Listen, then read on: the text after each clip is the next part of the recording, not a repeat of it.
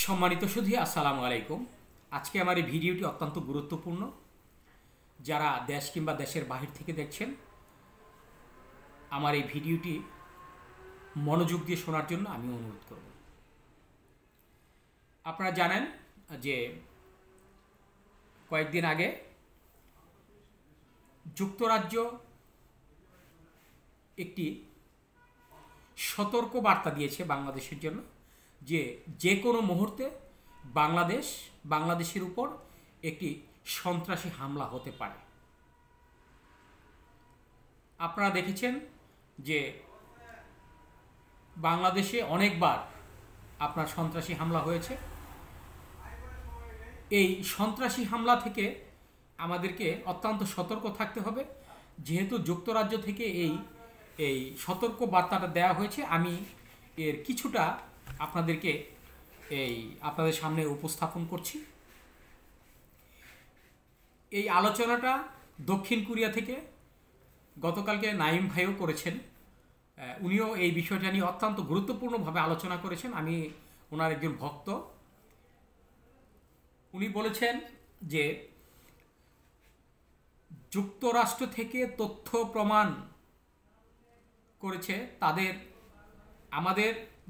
তাদের যে নাগরিক রয়েছে, অর্থাৎ যুক্তরাজ্যের যারা নাগরিক, আমাদের বাংলাদেশে যারা বসবাস করছে, বিভিন্ন আপনার অফিস আদালতে চাকরি করে কিংবা তারা দূতাবাসে রয়েছেন, তাদের উপর একটি সতর্ক বার্তা করেছেন যে তোমরা সতর্ক থাকো, যে কোনো মুহূর্তে বাংলাদেশে একটি সন্ত্রাসী হামলা হতে পারে। বিষয়টা কেমন হতে পারে এবং কোথায় হতে পারে, এই বিষয়টা নিয়ে তারা হালকা একটা ইঙ্গিত দিয়েছে। আমরাও সেই ইঙ্গিতটা বুঝতে পারছি। প্রথম কথাটা হলো কোন স্থানগুলোতে হতে পারে, যেমন ধর্মীয় স্থাপনা, মুসলমানদের মসজিদ, হিন্দুদের মন্দির, খ্রিস্টানদের গির্জা কিংবা উপাসালয় যেটাই বলেন, এবং বুদ্ধ মন্দির, চাকমা, কুকি, মগ, টিপ্রা, মণিপুরি, খেসিয়া যারা বিভিন্ন জাতের রয়েছেন, বিভিন্ন ধর্মাবলম্বী, যাদের ধর্মীয় স্থাপনাগুলোর মধ্যে হতে পারে, এবং রাজনৈতিক সভা এবং সমাবেশ। মনে করুন যে বিএনপি একটি মিটিং ডেকেছে, একটি জনসভা ডেকেছে, সেখানে একটা হামলা হতে পারে। কিংবা সেই 21শে আগস্ট যে গ্রেনেড হামলা হয়েছিল, এরকম একটি হামলা হতে পারে এরকম একটি স্থানে। কিংবা মনে করুন যে একটি থানা রয়েছে, সেই থানায় হামলা হতে পারে। কিংবা যেখানে জনবহুল এলাকা, যেমন গুলিস্তান হতে পারে, তারপর মতিঝিল কোনো অফিসের উপর হতে পারে। এই রকম কিছু স্থাপনা উপর তারা একটি অনুমান করেছেন যে এই ধরনের স্থানগুলোতে হামলা হতে পারে। আর আমরা আরেকটি জিনিস, যে জিনিসটা চিন্তা করছি সবচেয়ে বেশি, যে অঞ্চলগুলো, যে জেলাগুলো, যেমন আমাদের আপনার হচ্ছে রাঙামাটি, খাগড়াছড়ি, বান্দরবান এবং পর্যটক এরিয়া, যেমন আপনার আশেপাশে যেসব অঞ্চলগুলো রয়েছে এইসবগুলোতে, যেমন সাজেক এইসব অঞ্চলগুলোতে। যেমন গতকালকে মন্ত্রণালয় থেকে বলা হয়েছে যে সাজেক ভ্রমণে, গত বুধবার বলেছি কথাটা, যে সাজেক ভ্রমণে নিরুৎসাহিত করেছে এই মন্ত্রণালয়। তার কারণ হচ্ছে যারা এই অঞ্চলটাতে ভ্রমণ করতে চায় তাদেরকে বলা হয়েছে তোমরা নিরাপদে যেও, এবং অনেকটা স্থানে যেতেও নিষেধ করেছেন। এইসব বিষয়গুলোকে সব কিছু চিন্তা ভাবনা করে এই মুহূর্তে বাংলাদেশের উপর যে একটা হামলা হওয়ার সম্ভাবনা রয়েছে, সেই বিষয়টা যুক্তরাজ্য থেকে তাদের গোয়েন্দা বাহিনী বলেছেন। আরেকটি বিষয়, সেটা হচ্ছে আমরা যে বিষয়টা সবচেয়ে বেশি এখন আমরা দেখতে পাচ্ছি, সেটা হলো ভারতের বিচ্ছিন্নতাবাদী এবং উগ্রবাদী কিছু মানুষ। তারাও হয়তো আমাদের এই বাংলাদেশকে একটি গৃহযুদ্ধের দিকে ঠেলে দেওয়ার জন্য হয়তো তারা একটি পায়তারা করছে। সব কিছু মিলে আমাদের প্রত্যেকটা বাঙালিকে সতর্ক থাকতে হবে এবং কান খোলা রাখতে হবে। এবং এই যদি কোনো কিছু আপনারা অনুমান করেন যে কোথাও সন্ত্রাসী হামলা হওয়ার সম্ভাবনা রয়েছে কিংবা সন্ত্রাসীর কোনো আনাগোনা দেখেন, অবশ্যই আপনারা নিকটস্থ থানায় আপনারা যোগাযোগ করবেন এবং সাথে সাথে ফোন করে দিবেন। দেখবেন যে পুলিশ এসে আপনাদেরকে বিভিন্ন সাহায্য সহযোগিতা করবে, কিংবা 999-এ ফোন করে দিলেই হবে। আমরা মনে করি যে এখন আমরা বাংলাদেশের প্রত্যেকটা নাগরিক একটা অত্যন্ত সংকটময় মুহূর্তে চলছি। আপনারা জানেন গত কয়েকদিন ধরেই আমাদের অন্তর্বর্তীকালীন সরকারের প্রধান উপদেষ্টা ডক্টর ইউনূস এবং সেনাবাহিনী প্রধান ওয়াকরুজ্জামান বলেছেন আমরা একটা সংকটময় মুহূর্তে আছি। এই মুহূর্তে আমাদের খুব সাবধানে চলতে হবে এবং যে কোনো মুহূর্তে আমাদের একটা সিদ্ধান্ত নিতে হবে।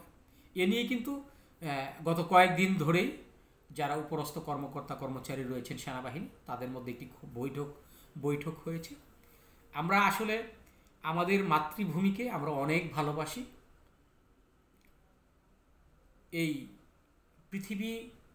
পৃথিবীতে কোথায় কি আছে আমরা জানি না, কিন্তু আমার এই মাতৃভূমির দিকে তাকালে আমার সকালে মন জুড়িয়ে যায়।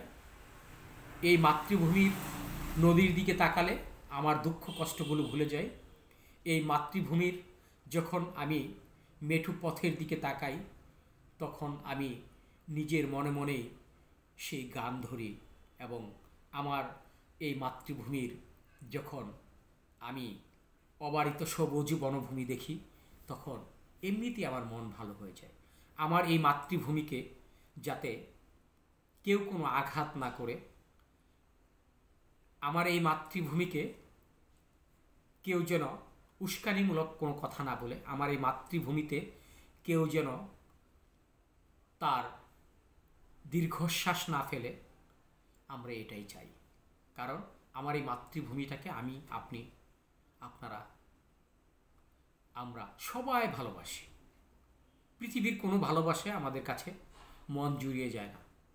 আমাদের এই মাতৃভূমিটা আমাদের কাছে যতটা ভালোবাসার, যতটা প্রিয়, এই মাতৃভূমির দিকে তাকালে আমাদের মন জুড়িয়ে যায়। এই মাতৃভূমিতে আঘাত করলে আমরা পৃথিবীর কাউকে ছেড়ে দেব না এবং আমাদের এই মাতৃভূমিকে কেউ আঘাত করতে চাইলে আমরা কাউকে ছেড়ে দেব না।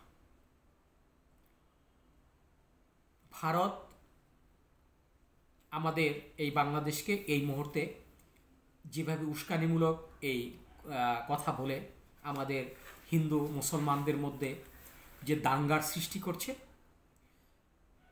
আপনারা যারা আমাদের বাংলাদেশের মুসলমান, হিন্দু, খ্রিস্টান, বৌদ্ধ, চাকমা, কুকি, মগ, টিপ্রা, মণিপুরি, খাসিয়া যারাই থাকেন না কেন, ভারতের কোনো উস্কানিমূলক কথাকে আপনারা পাত্তা দিবেন না।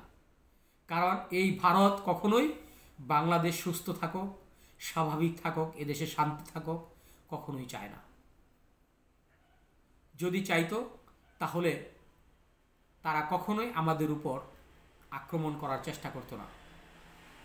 তাই আমরা অনুরোধ করব যে আপনারা যে যেখানেই থাকুন না কেন অত্যন্ত সতর্কতার সাথে থাকবেন, যাতে আমাদের কোনো স্থাপনায়, কোনো মানুষের উপর, পাহাড়ে, পর্বতে, জঙ্গলে, যেখানেই হোক না কেন, যাতে কেউ আক্রমণ করতে না পারে। আপনারা এদিকে সতর্ক থাকবেন এবং যুক্তরাজ্যের এই কথাটাকে আপনারা অবশ্যই গুরুত্ব দিবেন এবং আমাদের সেনাবাহিনী এবং অন্তর্বর্তীকালীন সরকার যেসব কথাবার্তাগুলো বলেছেন যে আমরা এখন একটি সংকটময় মুহূর্তে রয়েছি, আমাদের যে কোনো মুহূর্তে একটি বিপদ আসতে পারে।